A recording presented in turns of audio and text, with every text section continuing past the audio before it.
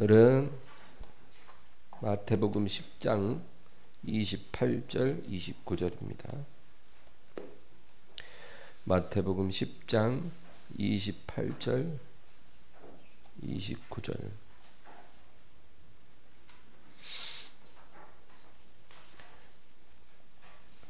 합독하겠습니다.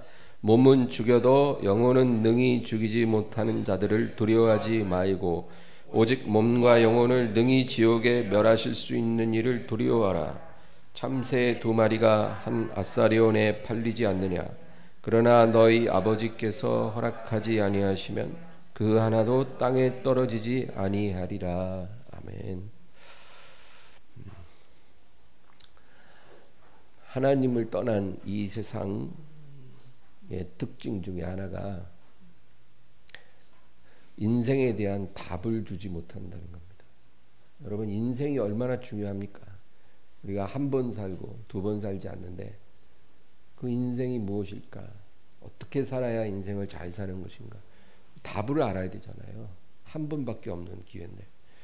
근데 이 세상은 우리에게 그 답을 가르쳐 주지 못합니다. 그 답을 말해주는 곳은 많으나 그 답을 우리가 신뢰할 수가 없는 거죠.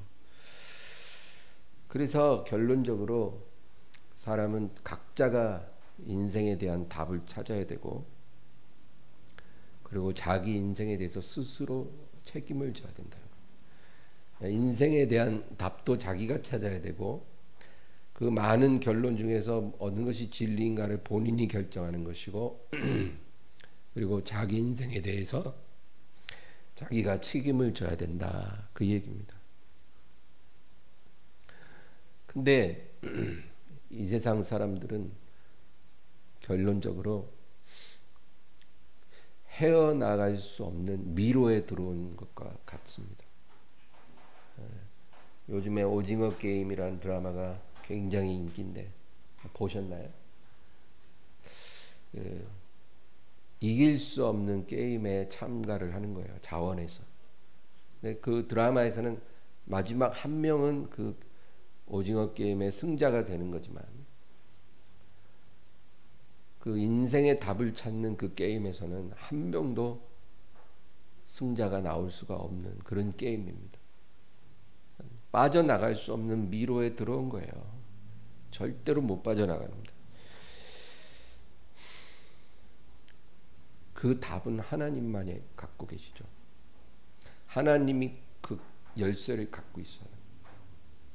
그 열쇠로 문을 열어주시지 않으면 그 미로를 빠져나갈 수가 없는 겁니다. 그런데 사람들은 하나님께 가려고 하지 않고 자기 스스로 그 답을 찾으려고 애를 쓰며 살아갑니다. 그러나 결론은 비참하게 인생이 끝난다는 거죠.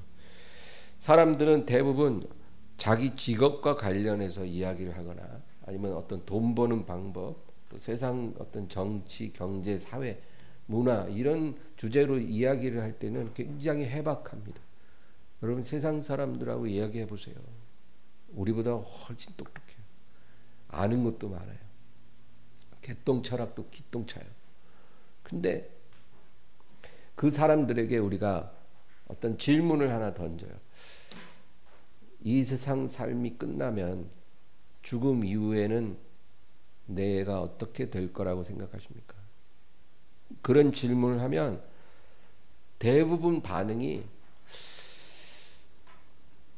이 세상에서 우리가 맞닥뜨리는 문제도 많은데 그런 것까지 생각하고 사냐는 식으로 그렇게 반응을 보여요.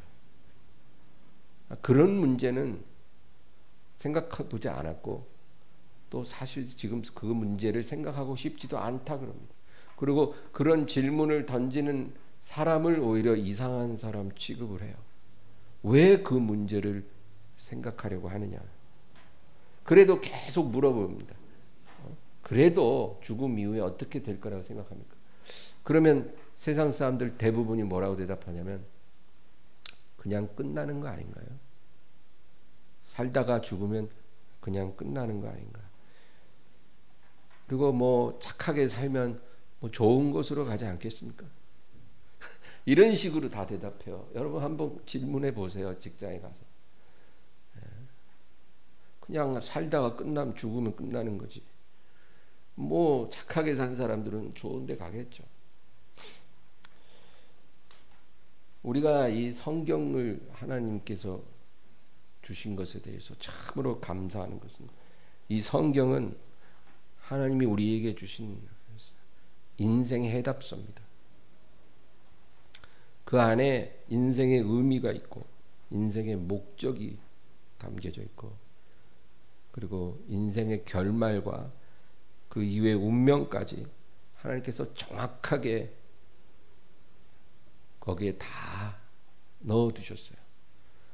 인생 해답서입니다. 근데 이 책이요 굉장히 복된 책이고 그리고 아주 신비스러운 책이에요. 왜냐하면 이 책이 열려서 우리가 이해를 하려면 하나님이 주신 패스워드를 입력해야 된다. 요즘에도 뭐 하나 하려면 패스워드 입력해야 되잖아요. 예? 집에 현관문 들어갈 때도 4자리 눌러야 문이 열리잖아요. 성경도요. 그냥 내가 펼친다고 열리는 게 아니고 하나님이 주신 패스워드가 있어요. 그걸 입력해야 성경이 열려요. 그의 패스워드가 3개가 있어요. 제가 그거를 오늘 말씀드리고 싶어요. 첫 번째 패스워드는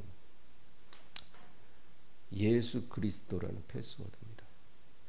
요즘에 뭐 하나 하려면 6자리 눌러야 되잖아요. 성경도 처음에 우리가 이 의미를 깨닫기 위해서는 예수 그리스도 6자리 패스워드 눌러야 돼요. 다시 말해서 예수님을 내 구주로 영접을 해야 된다는 거예요. 예수님을 영접하는 것과 그냥 예수가 누군지 아는 거는 여러분 엄청난 차이가 있는 거예요. 예수님을 구주로 영접하지 않고도 성경을 연구하는 학자들이 많아요. 예수님을 믿지 않으면서도 성경 10번 읽어봤다는 그런 철학자들도 많아요. 근데 그런 사람들은 성경에 대해서 많이 읽지만 그 안에 있는 진리를 보지 못해요. 왜? 패스워드를 입력을 안 했거든. 패스워드를 입력해야 성경의 진리가 열리는데 그게 안 되니까 그냥 글자일 뿐이에요. 글자일 뿐. 그래서 우리는 반드시 성경을 읽기 위해서 예수님을 먼저 영접을 해야 돼. 구주로. 그러면 성경에 있는 진리의 20%가 열려요. 그 20%는 아주 기본적이고 아주 중요한 그런 진리예요. 그것을 우리가 깨닫기 위해서 예수님을 영접하는 거예요. 그러나 아직 80%의 진리가 열리지 않아요. 그거는 두 번째 패스워드를 우리가 입력을 해야 돼요. 그게 뭐냐? 보혜사 성령이라는 코드예요. 그걸 우리가 가져야 돼요. 여러분 보혜사라는 말은 파라클레토스라는 헬라어인데 우리말로 번역하면 간단하게 얘기하면 변호사예요. 변호사, 로이어. 그러니까 보혜사 성령 그러면 변호사 성령님이에요. 근데 여러분 변호사라는 게 하는 일이 굉장히 다양해요. 어떤 사람이 법적으로 문제를 만나면 먼저 변호사를 찾잖아요. 그러면 이 변호사가 와서 내 상황을 다 파악하고 그리고 나에게 필요한 조언도 해주고 그리고 모든 어려운 문제들 내가 해결할 수 없는 문제들을 다 처리해줘요. 그리고 법정에서도 나를 변호해주고 뭐 여러 가지로 내 모든 공경에서 나를 건져주는 일을 하는 게 바로 변호사거든요. 여러분 성령을 변호사라고 하는 이유가 있는 거예요. 성령님은 우리를 도우시기 위해 오신 거예요. 근데 요한복음 14장에 보면 내가 아버지께 또 다른 보혜사를 너희에게 보내노니 그렇게 예수님 말씀하시거든요. 그러면 또 다른 보혜사라는 것은 두 번째 보혜사를 보내겠다. 그러면 첫 번째 보혜사는 누구예요? 예수님. 예수님이 첫 번째 보혜사고 그 다음에 요한복음 14장에 또 다른 보혜사를 내가 아버지로부터 너희에게 보내리라 한 그 두 번째 보혜사가 바로 성령이에요. 우리가 성경의 진리를 깨닫기 위해서는 보혜사 성령님을 도움을 받아야 돼요. 성령을 받아야 된다. 성령을 받지 않으면 우리에게 성경이 열리지를 않아요. 그래서 여러분 예수님을 믿는 사람과 안 믿는 사람이 성경을 깨닫는 게 다르고요. 그 다음에 예수님을 믿는 사람 중에도 성령을 받은 사람과 성령을 못 받은 사람이 성경을 깨닫는 게 틀려요. 우리가 성령을 받아야 성경 안에 있는 60% 정도 진리를 우리가 깨닫는 은혜가 임하는 거예요. 아까 예수님을 영접해서 한 20% 그리고 성령 받고 나서 성경을 우리가 연구할 때 성령께서 우리에게 60%를 가르쳐 주셔요. 그러니까 성경의 대부분의 진리는 성령의 도우심으로 우리가 깨달을 수 있다 그 얘기입니다. 그 다음에 이제 마지막 20% 진리가 남았어요. 이 20% 진리가 참으로 중요한데 이것은 세 번째 패스워드가 있어야 돼요. 그게 뭐냐면 듣고 행함이라는 패스워드. 우리가 하나님 말씀을 들어요. 읽어요. 성령의 도우심으로 깨달아요. 다 필요해요. 근데 우리가 하나님 말씀을 듣고 행하지 않는 것과 듣고 그대로 행하는 것 엄청난 차이가 있어요. 근데 성경의 마지막 20%의 진리는 우리가 듣고 나서 행하지 않으면 절대로 깨달을 수 없어요. 행해야 깨닫는 진리가 있어요. 그래서 성경을 우리가 진리를 깨달았으면 반드시 그걸 행해야 돼요. 예를 들어 내 원수를 저주하지 말고 축복하라. 주님 그랬거든요. 이건 정말 행하기가 힘든 거예요. 근데 그것을 행한 사람만이 하나님이 열어주시는 진리가 있어요. 행하지 않으면 그냥 머리에서 끝나는 말씀이지만 행한 사람에게 하나님이 부어주시는 그 특별한 은혜가 있는 거예요. 진리의 보고를 하나님이 열어주셔요. 누가 너의 오른뺨을 치거든 왼뺨도 대라. 그것도 행하기가 정말 어려운 거예요. 그러나 행한 사람만이 열리는 진리가 있어요. 근데 이 말씀 우리가 적용 잘해야 돼요, 여러분. 누가 너에게 뭐 겉옷을 달라 그러면 속옷도 내어주고 오른뺨 치면 왼뺨도 대주고 저항하지 마라 그랬잖아요. 이 저항하지 말라, 악인에게 저항하지 말라는 거는 우리가 복음을 전하는 삶 가운데 복음을 박해하는 사람들에 대해서 그렇게 하라는 거예요. 저항하지 마라. 그거를 잘못 이해해서 예를 들어 어떤 엄마가 어린 딸 데리고 길을 가는데 어떤 유괴범이 와서 딸을 낚아챘어요. 막 유괴하려고 그러는데 저항하지 말라. 이렇게 적용하면 큰일 나요, 여러분. 그러면 안 되죠. 쫓아가서 그냥 머리를 다 뽑아버려야지. 그런 거는 우리가 강력하게 저항하고 저지해야 되는 거죠. 그러나 복음을 전하는 상황에서 예수님을 드러내야 되는 상황에서 누가 우리를 막 모욕을 하거나 말도 안 되는 공격을 하거나 막 우리의 얼굴에 침을 뱉거나 우리의 뭐 폭행을 가할 때 우리는 사실 그렇게 그런 상황을 겪기도 쉽지는 않아요. 얼마나 감사한지. 그러나 그런 상황이 됐을 때 저항하지 말라. 근데 그래도 그것도 쉬운 건 아니거든요. 그러나 그것을 우리가 실천했을 때 하나님이 열어주시는 진리가 나머지 20%예요. 그래서 성경 말씀은 이와 같이 세 가지의 패스워드가 있어야 열리게 되어 있다. 그 얘기죠. 우리가 하나님의 말씀을 대할 때 어떻게 하나님 말씀을 대하느냐, 몇 가지 제가 팁을 말씀드리고 싶어요. 하나님 말씀은 빨리 많이 읽는 건 별로 효과가 없어요. 어떤 사람들은 빠른 속도로 많이 읽는 걸 자랑하는데 그거는 하나님 말씀을 대하는 좋은 방법은 아니에요.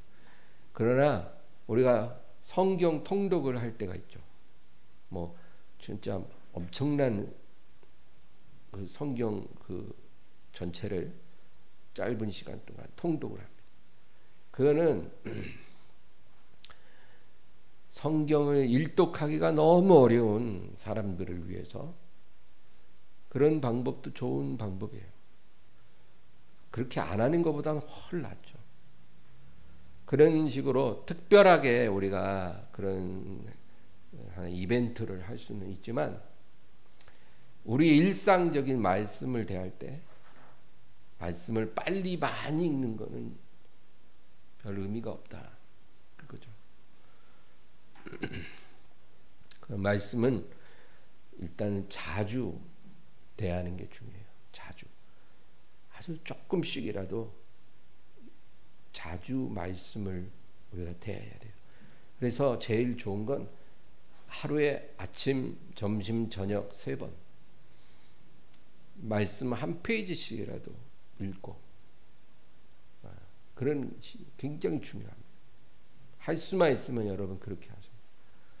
한 번에 자리에 앉아서 많이 읽는 것보다도 자주 읽는 게 좋고, 두 번째는 아까 얘기한 것처럼 성령의 조명이 반드시 있어야 돼요. 우리 힘으로 깨달으려 그러면 절대로 안 돼요. 우리가 하나님 말씀을 읽을 때는 설교를 들을 때도 성령의 조명이 있어야 됩니다. 조명이 뭐예요? 비춘다는 거예요. 일루미네이션. 그래서 그 우리 길 가다 보면 드라마 촬영할 때 보면 조명 엄청 환하게 쫙 비추잖아요. 우리가 하나님 말씀을 대할 때도 성령께서 그렇게 우리 앞에 진리를 비춰주셔야 우리가 그거를 받을 수가 있는 거예요. 근데 진리를 우리가 깨달을 때 이 성령의 조명이라고 할 때 그것을 어떤 성경 말씀의 의미를 이해하는 것을 얘기하는 게 아니에요. 아, 이 구절의 의미가 뭘까요? 이러면서 우리가 그 의미를 깨닫는 게 성령의 조명이 아니란 말이에요. 그런 거는 그냥 우리가 목사님 설교 속에 많이 배우기도 하고 또 책을 사서 공부할 수도 있고, 그렇죠? 내가 어떤 구절 하나가 궁금하면 여러분 인터넷 들어가 검색하면 바로 그 뜻을 우리가 찾아볼 수 있어요. 말씀의 의미를 이해하는 것을 조명이라고 말하는 게 아니에요. 성령의 조명이라는 것은 그 말씀이 내게 검처럼 들어오는 거예요. 날선 검처럼 내게 와서 내 양심을 찌르는 거예요. 내 생각을 찌르는 거예요. 그래서 나로 하여금 그 앞에 엎드러지게 만드는 거예요. 말씀의 검에 와서 나를 푹 찌르면 우리가 칼에 찔린 사람처럼 넘어지잖아요. 그처럼 말씀이 그런 역사가 일으키는 거예요. 그게 성령의 조명. 예레미야 23장에는 내 말씀이 반석을 쳐서 부스러뜨리는 방망이 같지 아니하냐, 그런 말씀이 있거든요. 하나님 말씀이 그래요. 검같이 우리를 찌르고 그 다음에 반석을 부서뜨리는 방망이처럼 우리를 때리는 거예요. 그래서 우리의 교만이 팍 깨지고 우리의 어떤 거짓됨이 깨지고 우리의 탐심이 깨지고 우리의 불순종이 깨지고 그런 역사가 일어나는 거예요. 그게 성령의 조명이라는 거예요. 검처럼 방망이처럼 하나님 말씀을 들을 때, 하나님 말씀을 읽을 때 그런 역사가 일어나는 거. 그게 성령의 조명이다. 그 다음에 우리의 삶의 현장에서, 우리의 삶의 여러 가지 상황 속에서 하나님 말씀이 우리의 행동을 결정하는 기준이 되게 하는 거예요. 그게 우리가 말씀으로 승리하는 마지막 단계예요. 여러분, 우리가 밤낮 교회 올 수 없잖아요. 일주일에 두세 번 교회 와요. 그럼 우리 나머지 시간 어디 있어요? 집에 있고 또 일터에 있잖아요. 여러 가지 사람들을 만나고 여러 가지 상황을 만나잖아요. 그 상황 속에서 하나님의, 내가 어떤 판단을 하고 어떤 행동을 할 때 그것을 결정하는 기준이 바로 하나님의 말씀이 되어지는 것. 여러분, 그것이야말로 우리가 하나님의 말씀을 제대로 받고 있다는 증거예요. 그냥 교회 와서 아유 목사님 좋은 말씀 잘 듣고 갑니다. 그러고는 집에 가는 순간 싹 사라져서 그 나머지 내 모든 생활 속에서는 하나님의 말씀은 전혀 상관없이 그냥 이제까지 살던 대로 세상 사람들과 하나도 다르지 않은 기준으로 내가 그렇게 살고 있다면 그거는 우리가 하나님 말씀을 제대로 받고 사는 삶이 아닌 거예요. 하나님 말씀이 검처럼 반석처럼 우리 그 방망이처럼 우리를 깨뜨리는 것, 찌르는 것도 중요하고, 그래서 내 양심이 깨지고 생각이 깨지는 것도 중요하고요. 그 다음에 내 생활 속에서 내 행동을 결정하는 강력한 기준이 될 때 우리가 하나님의 말씀으로 사는 사람이 된다. 그 얘기입니다. 오늘 본문 말씀을 볼까요? 마태복음 10장 28절 한 절을 다시 읽겠습니다. 몸은 죽여도 영혼은 능히 죽이지 못하는 자들을 두려워하지 말고 오직 몸과 영혼을 능히 지옥에 멸하실 수 있는 이를 두려워하라. 오늘 저는 이 구절이 참 중요한 구절 같아서 여러분과 나누려고 해요. 우리가 가지고 있는 것 중에 잃어버려도 상관없는 것이 있고요. 절대로 잃어버리면 안 되는 것이 있다는 거예요. 우리가 그거는 구분할 줄 알아야 돼요. 내가 갖고 있는 것, 내가 가진 모든 것 중에는 잃어버려도 상관없는 게 있고 절대로 잃어버려서는 안 되는 게 있어요. 근데 오늘 예수님께서는 뭐라 그러냐면 우리의 몸, 너희의 몸은 잃어버려도 상관이 없다라는 거예요. 그 말은 뭐냐면 우리 몸이 전혀 무가치한 그런 쓸데없는 거라는 뜻이 아니죠. 여러분, 몸도 중요해요. 우리 몸이 있어야 살죠. 우리 몸이 무너지면 끝나는 거예요. 우리 몸이 무너지는 날이 우리의 삶이 마감되는 날이에요. 몸이 있어야 사람이 사는 거예요. 그 몸은 참으로 중요한 거예요. 그런데 예수님이 말씀하시는 것은 그렇지만 그 몸은 너희가 잃어버릴지라도 두려워할 필요가 없다. 그거예요. 우리는 몸이 너무 중요한 줄 알고 사는데 주님은 뭐라 그러냐면 그 몸을 설사 잃어버릴지라도 너희가 두려워하지 마라. 너희 몸을 죽이고 영혼을 어찌할 수 없는 사람들은 너희가 두려워할 필요가 없다. 그러나 너희 몸과 아울러 영혼까지 멸하시고 지옥에 던지실 수 있는 바로 그분을 두려워하라.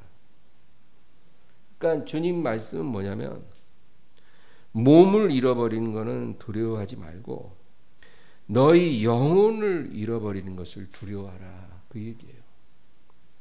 여러분, 우리가 몸을 잃어버리면 그냥 죽음으로 끝나요.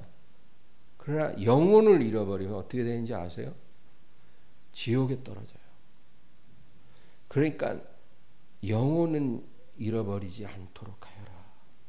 너희가 이 세상 살다가 어떤 상황에서 몸을 잃어버릴 상황이 오더라도 너무 두려워하지 말고 영혼까지 잃어버리지 않도록 조심하라. 그 얘기. 여러분, 요즘 이 말씀이 참 우리에게 의미가 있을 것 같아요. 요즘 코로나 때문에 얼마나 힘들어요. 사람들이 다 두려움 속에 살아요. 코로나 걸려서 죽을 수도 있잖아요. 또 요즘은 백신 맞아 죽는 사람이 더 많아요. 백신 맞고 죽을 수도 있어요. 코로나 걸려 죽을까 두려웠고, 백신 맞아 죽을까 두렵고, 이래저래 두려움인데, 그게 두려워서 그냥 집에 그냥 웅크리고 있다가 그 다음 우리의 성령의 불을 다 꺼뜨리고 기도의 불 다 꺼지고 그냥 우리의 영혼이 잠이 들어버리는 거예요. 그 두려움 속에서. 그래서 우리 영혼을 잃어버리면, 여러분, 우리 몸을 잃어버릴까 두려워하다가 영혼을 잃어버리는 어리석은 사람이 되는 거예요. 얼마나 그게 어리석은지 몰라요. 이 몸이라는 거는 그냥 이 육체만 말하는 게 아니고 이 세상에 속한 모든 것을 다 포함하는 그런 개념이에요. 예.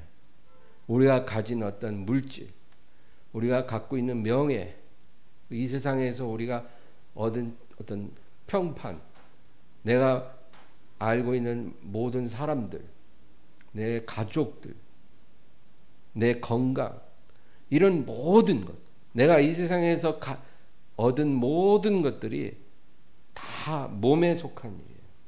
이것이 중요하지 않다는 말이 아니라 우리가 이거를 지키려다가 더 중요한 영혼을 잃어버리지 않도록 조심하라, 그 얘기예요.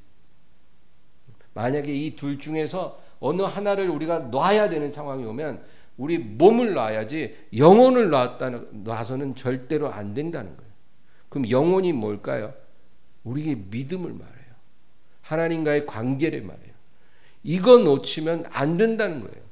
차라리 몸에 속한 거를 다 잃어버려도 우리가 영혼의 믿음을 딱 갖고 있어야 우리가 안전하다는 거예요. 여러분, 마귀가 우리한테서 빼앗고 싶은 게 뭐겠어요? 생각해 보세요. 마귀가 우리로부터 정말 빼앗고 싶은 거, 저걸 못 뺐으면 막 미쳐 환장할 것 같은 거, 그게 뭐겠어요? 우리가 가진 재산이겠어요? 예? 마귀가 그거 뺏고 싶어 하겠냐고요. 우리 건강 뺏고 싶어 하겠어요? 우리가 이 세상에서 쌓아올린 어떤 명성을 빼앗고 싶겠어요? 그거 빼앗으면 마귀가 좋아할 것 같으세요? 전혀 그거는 관심 밖이에요. 마귀가 정말로 저와 여러분에게서 지금도 와서 우는 사처럼 삼켜버리고 싶은 거는 우리의 목숨이 아니고 우리의 믿음이에요. 그거 빼앗고 싶은 거예요. 욥기 읽어보세요. 욥기가 다 그 내용이에요.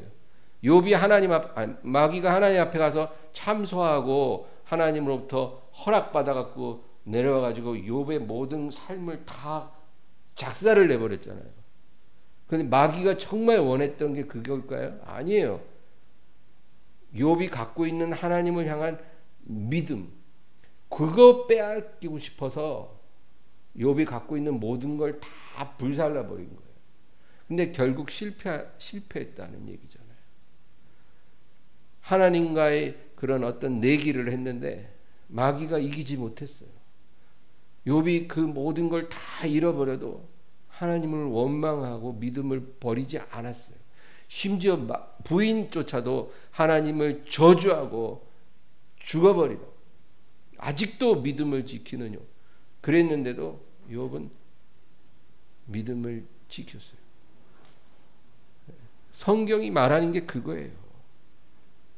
여러분, 기독교인들을 미워하는 사람들 엄청 많아요. 갈수록 더 많아지고 있어요. 어느 시대에나 교회를 미워하고 크리스찬들을 미워하는 사람은 늘 있었어요. 근데 요즘은 그런 사람들이 점점 더 많아져요. 자기한테 해를 끼친 게 하나도 없는데도 예수쟁이라 그러면 아주 눈빛이 돌아가요. 여러분, 나가서 전도해 보면 그런 거 느낄 수도 있어요. 전도지를 주면은 그냥 됐어요 이러고 그냥 가면 되잖아요. 안 받고 싶으면. 근데 굉장히 적대적으로 반응하고 뭘 주면은 딱 받아고 바로 땅에다 이렇게 던지고 그런 식으로 행동하는 그런 적대감을 가진 사람들이 점점 많아지고 있다는 거예요. 근데 여러분, 그런 사람들이 이제 언젠가 때를 만나면 막 교회에 와서 막 교회에 불을 지르고 크리스찬들 막 잡아다 옥에 가두고 때리고 죽이고 그런 날도 올 수도 있어요. 그러면 그 사람들이 정말 빼앗고 싶은 게 뭘까요? 그 사람들이 우리가 입고 있는 옷을 빼앗고 싶을까요? 아니면 우리가 갖고 있는 물질을 빼앗고 싶을까요? 그들이 빼앗고 싶은 건 우리 믿음이에요. 그게 마귀의 소원이거든요. 그러니까 오늘 주님께서는 잃어버려도 되는 그런 몸에 집착하지 말고 절대로 잃어버려서는 안 되는 너의 영혼을 지키거라. 그렇게 말씀하고 있는 거예요. 근데 우리가 주의 이름으로 박해를 견딜 준비가 안 되어 있으면 어떤 박해가 다가왔을 때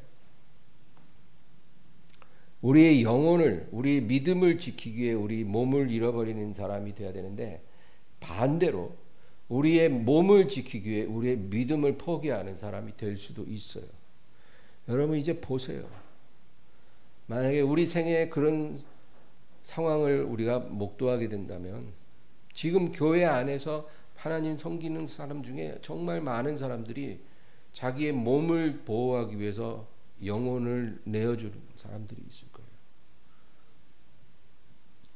자기가 가진 이 세상에서 가진 것들을 보호하기 위해서 자기의 믿음을 희생시키는 그런 사람들이 많이 나올 겁니다. 그런 사람들은 하나님을 두려워하는 사람이 아니에요.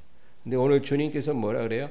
몸은 죽여도 영혼은 능히 죽이지 못하는 자들을 두려워하지 말고 오직 몸과 영혼을 능히 지옥에 멸하실 수 있는 이를 두려워하라.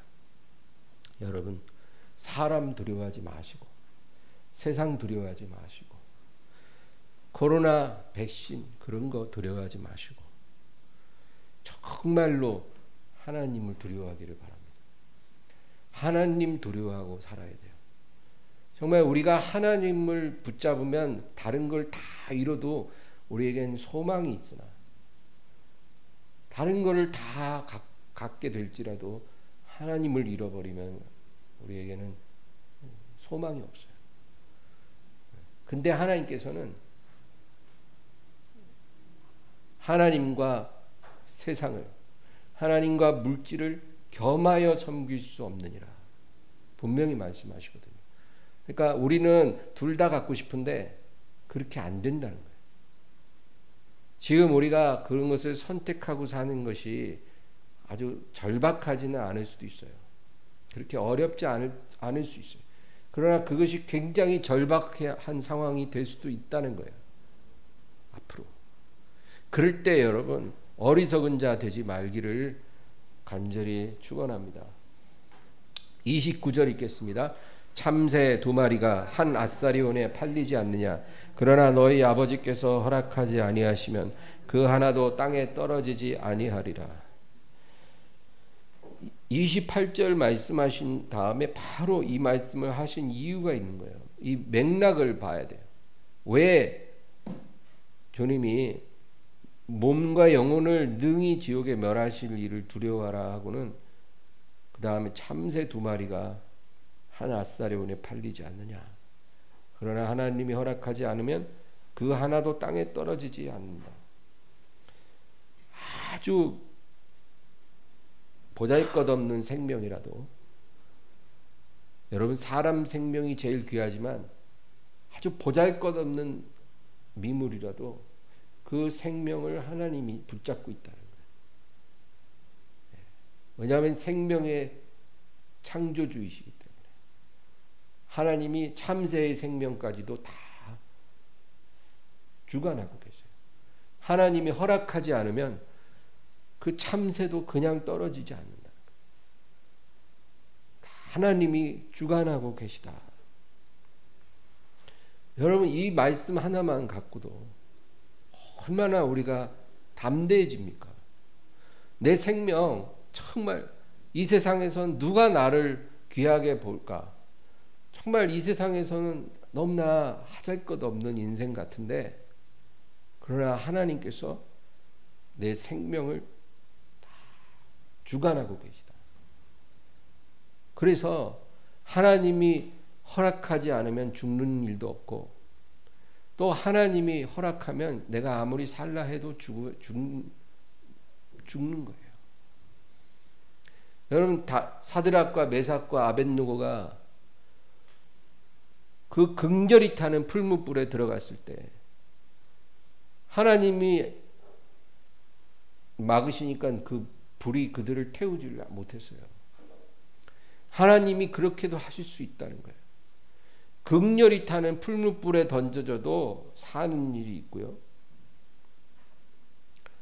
그리고 반대로 스데반 같은 경우는 그 광장에서 사람들에게 예수를 전하고 돌에 맞아 죽었어요. 하나님이 얼마든지 스데반을 더 살리려면 살리지만 스데반의 죽음이 하나님의 뜻이었기 때문에 하나님이 허락하신 거예요. 여러분 예수님의 사도들 중에 자살한 가룟 유다 빼고 90세까지 살다가 자연사한 요한 빼고 나머지 10명은 다 순교했어요. 여러 장소에서 여러 모양으로 순교했어요. 예수님의 아랫동생, 그 이복동생이었던 야고보도 예루살렘의 교회 지도자로 있다가 순교했어요. 야고보의 순교의 이야기는 너무나 놀라워요. 사람들이 야고보를 성전 꼭대기에서 떨어뜨리기 전에 네가 예수를 부인하면 살려주겠다 그랬어요. 그러니까 야고보가 나는 인자가 구름을 타고 오는 것을 보노라 그렇게 말을 했어요. 그러니까 거기서 떨어뜨렸어요. 하나님이 얼마든지 천사들로 그를 받쳐줄 수 있었으나 그냥 떨어졌어요. 근데 즉사하지 않고 야고보의 숨이 붙어 있었던 거예요. 그러니까 사람들이 와가지고 그 야고보를 돌로 쳤어요. 돌로 쳤는데 그래도 잘 안 죽었다. 그래서 나중에 몽둥이로 머리를 가격해서 이제 사망을 한 거예요. 여러분, 하나님이 지키면 참새 한 마리도 안 떨어지지만 하나님이 허락하면은 우리 삶은 거기서 끝나는 거예요. 뭐가 그렇게 두려웠겠어요, 우리가. 우리는 하나님을 시험해서도 안 되지만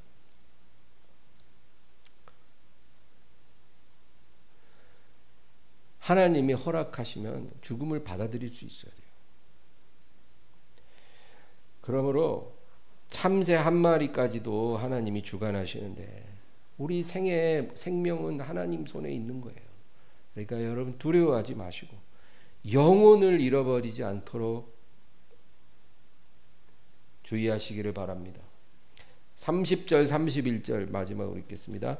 너희에게는 머리털까지 다 세신 바 되었나니 두려워하지 말라. 너희는 많은 참새보다 귀하니라. 우리 생각보다 하나님은 우리를 더 귀하게 더 세밀하게 돌보시고 있어요. 우리의 머리털까지도 세신 바 되었다. 얼마나 하나님이 세밀하신 분입니까? 자기 머리털 수를 누가 세냐고요. 우린 못 세요. 그거 셀 수도 없고, 그리고 머리 한번 감을 때마다 몇십 개씩 빠지는데 맨날 숫자가 달라질 거 아니에요. 새로 나는 머리도 있고. 그거 우리가 어떻게 아냐고요. 하나님 그것까지도 안 돼요. 그러니까 여러분, 하나님은 우리 집 냉장고에 음식이 지금 얼마나 남아있는지 나보다 더 잘 알고 계세요. 그래서 냉장고가 비면 어떡하나 걱정하지 말라는 거예요. 하나님 더 잘 알고 계시니까. 내 통장에 돈이 얼마 남았는지 하나님 다 알고 있다는 거예요. 그러니까 걱정하지 말라는 거예요. 내 육체의 기력이 얼마나 남아있는지, 지금 내 앞에 당한 일을 내가 감당할 수 있을지 없을지 하나님 다 세밀하게 알고 계시기 때문에 염려하지 말라는 거예요. 하나님이 돌보십니다. 그러면 우리는 그런 거 염려하는데 우리 마음을 쓰지 말고 우리 마음은 어디다 써야 되냐면 내 믿음을 지키기 위해서 항상 거기에 우리의 초점을 맞추고 살아야 돼요. 여러분이 어느 곳에서 어떤 모양으로 살아가든지 주님과 나와의 관계가 깨어지지 않고 더 온전하고 더 아름다워질 수 있도록 항상 거기에 마음을 쓰고 살면 하나님께서 우리 냉장고도 채워주시고 통장도 채워주신다고요. 내가 구하지 않아도 다 아시니까. 그의 나라와 의를 먼저 구하라. 무엇을 먹을까, 마실까, 입을까 염려하지 말라. 다 같은 말씀이에요. 여러분, 다니엘이 사자굴에 던져졌어요. 사자굴에 던져졌을 때 그 당시에는 사람을 사자굴에 던질 때는 사자를 3일 이상 굶긴 다음에 사자굴에 던져요. 그래서 사자굴에 던져져서 바로 죽는 것이 당연한 거예요. 근데 다니엘이 사자굴에 던져질 때 살 거라고 생각했을까요? 아마 그렇게 생각 안 했을 거라고 봐요. 그런데 하나님이 보실 때 지금은 때가 아니니까 사자들이 얌전한 고양이가 됐어요. 그러므로 우리 인생도 마찬가지입니다. 다니엘만큼 저와 여러분도 귀해요. 하나님 그만큼 우리에게 관심이 있으세요. 염려하지 말고 믿음으로 살기를 바랍니다. 오늘 말씀을 생각하면서 간절히 기도하겠습니다. 주여. 감사합니다.